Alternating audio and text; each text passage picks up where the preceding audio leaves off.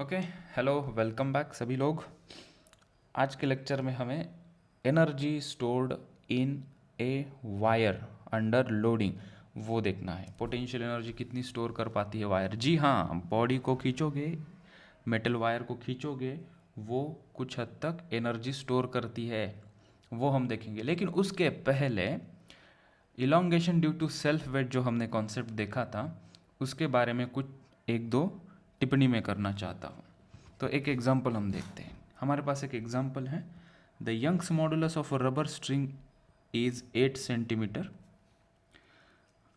Young's modulus of a rubber string 8 centimeter long and density this much is 5 into 10 to the power 8 Newton per meter square is suspended on a ceiling in a room. The increase in the length due to its own weight will be।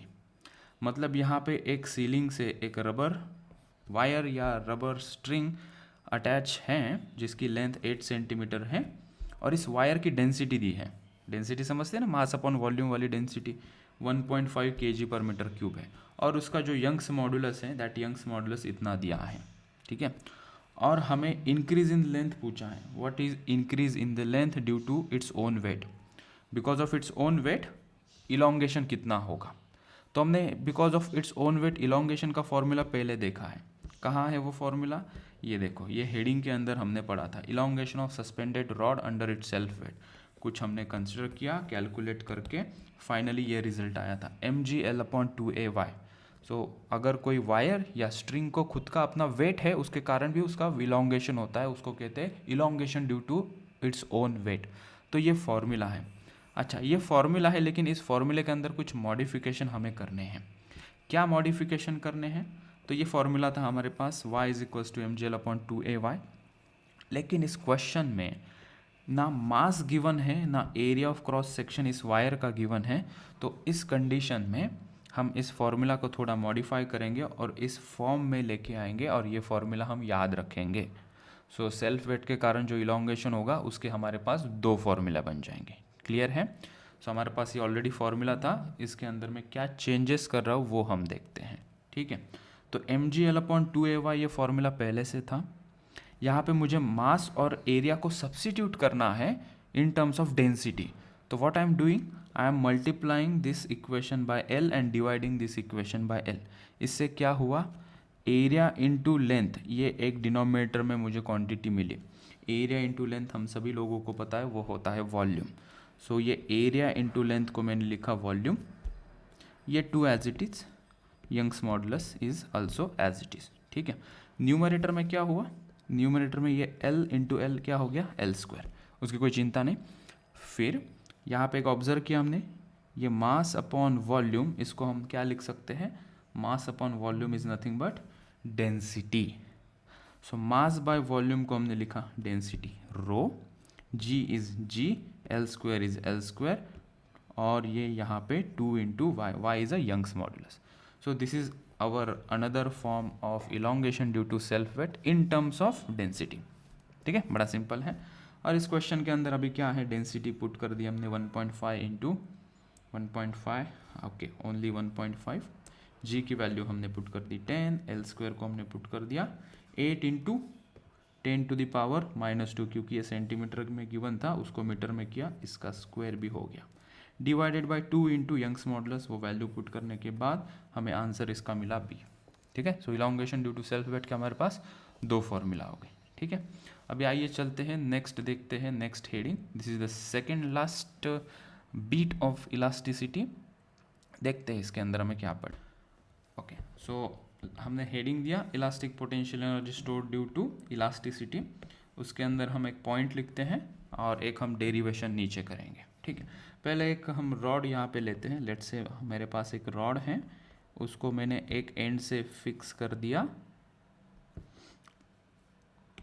Rod को मैंने एक and से fix कर दिया, shape बनना चाहिए, arrow नहीं, square नहीं बन रहा है, ठीक है। ये कोई रॉड हमारे पास है, इसके ऊपर हम F फोर्स लगाएंगे। स्टील रॉड या कॉपर रॉड या रबर वायर भी कंसिडर कर सकते हैं। और इसका क्रॉस सेक्शन एरिया कंसिडर करते हैं कि A है ये चीज़ें हमें डिराइव करने में हेल्प करेगी कि एरिया इसका कितना है, और कंसिडर करते हैं इसकी ओरिजिनल लेंथ है एल। इसकी ओरिजिनल लेंथ कितनी है एल। रॉड का कलर हम थोड़ा चेंज कर देते हैं, दिस इज आवर रॉड, ठीक है, जिसकी लेंथ कितनी है एल, क्रॉस सेक्शनल एरिया है ए। एफ फोर्स लगाने से मान लेते हैं इस बॉडी का इलोंगेशन हुआ, इस बॉडी का इलोंगेशन कुछ हुआ इतना, इस बॉडी का इतना इलोंगेशन हुआ, ठीक है। कितना इलोंगेशन हुआ, लेट्स कंसिडर इस बॉडी का इलोंगेशन हुआ बाय एक्स अमाउंट, ठीक है। अच्छा, और फिर अगर हम एफ फोर्स को रिमूव कर देंगे तो बॉडी अपना original shape and size regain करेगी, because it is elastic body, ठीक है। तो कितनी पोटेंशियल एनर्जी इसके अंदर स्टोर हुई उसके कारण ये अपना शेप एंड साइज रिगेन कर पाया, उसका हमें फॉर्मूला निकालना है, ठीक है। तो हम नीचे लिख लेते हैं, so when A solid is elongated some work is done in this process and a part of this work is stored as potential energy in the material, due to which restoring force exist। क्या meaning है इसका, वही जो मैंने explain किया। जब इसको हम इलोंगेट करेंगे, ये कोई सॉलिड है जिसको हम इलोंगेट कर रहे हैं, some work is done in this process, इस प्रोसेस में कुछ वर्क हो रहा है, किसके ऊपर, इस सॉलिड के ऊपर, इस वायर के ऊपर, and a part of this work, जो वर्क इसके ऊपर कर रहे हैं उसका कुछ पोर्शन इस वायर के अंदर स्टोर हो रहा है, is stored as a potential energy in the material, और उसी के कारण, इस पोटेंशियल एनर्जी स्टोर होने के कारण इसके अंदर रिस्टोरिंग फोर्स क्रिएट हो रहा है, और वही रिस्टोरिंग फोर्स इसको अपना शेप एंड साइज रिगेन करने में हेल्प कर रहा है, ठीक है। अच्छा, तो प्रोसीड कैसे करेंगे, तो इसका इलोंगेशन हो रहा है, मतलब इसकी लेंथ चेंज हो रही है। लेंथ जब चेंज होती है तो जो मॉड्यूलस हम यहाँ पे इंट्रोड्यूस करते हैं वो कौन सा होता है, यंग्स मॉडुलस, जिसको हम किससे दिखाते हैं, y से दिखाते हैं। तो Young's modulus is nothing but longitudinal stress divided by longitudinal strain.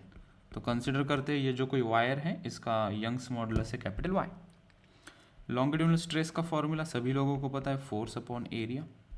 Longitudinal strain change in length upon original length, तो चेंज इन लेंथ कितनी है यहाँ पे x, ओरिजिनल लेंथ कितनी थी l, ठीक है।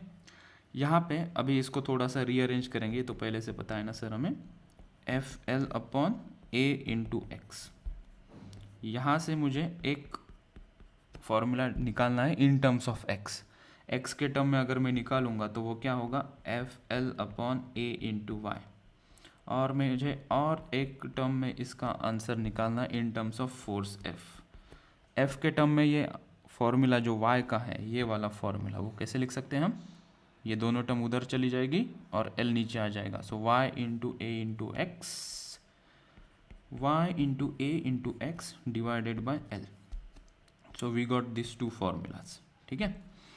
अच्छा, अभी हमें पता है this is behaving like a spring, same explanation हमने स्प्रिंग में लिया था, स्प्रिंग को खींचोगे, स्प्रिंग को जब हम छोड़ देंगे तो अपना शेप एंड साइज वो रिगेन करती है, और हमने तभी डिफाइन भी किया था कि स्प्रिंग के अंदर भी पोटेंशियल एनर्जी स्टोर होती है।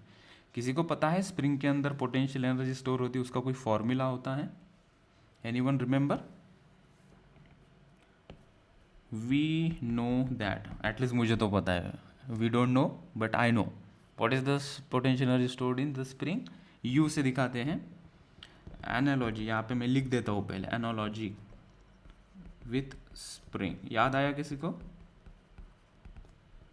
पोटेंशियल एनर्जी स्टोर्ड इन स्प्रिंग,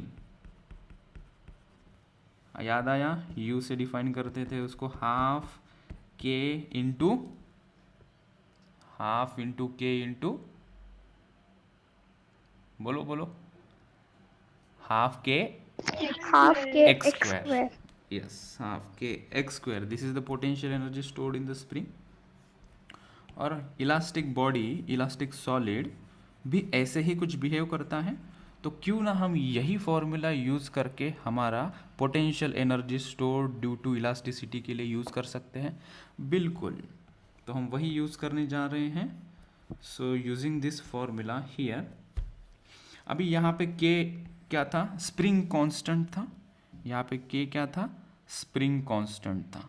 वैसे ही यहाँ पे इस वायर के लिए कांस्टेंट कुछ होगा, वो मुझे यहाँ से देखने को मिल सकता है।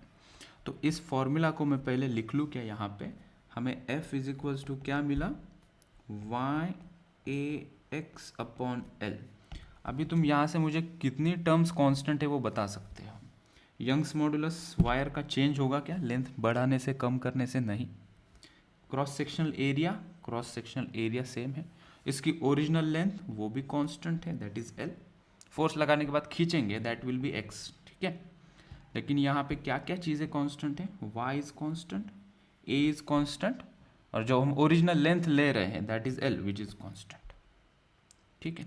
तो वाई ए बाय एल, यहाँ पे ये वायर के कांस्टेंट टर्म मुझे मिले, तो क्या इसको मैं k लिख सकता हूँ क्या? So f is equals to this k into X, and what is my k here in for the wire, Y A upon L, ठीक है। तो यहाँ पे k स्प्रिंग कांस्टेंट था, यहाँ पे ये k हमारा इस वायर का कांस्टेंट है which is Y A upon L, ठीक है। तो k मुझे मिल गया जो मुझे चाहिए था इस फॉर्मूला में सब्स्टिट्यूट करने के लिए, that k is Y A upon L, ठीक है। एक्स स्क्वायर स्प्रिंग में क्या हुआ करता था, इलोंगेशन, और यहाँ पे भी इलोंगेशन अपना x ही है।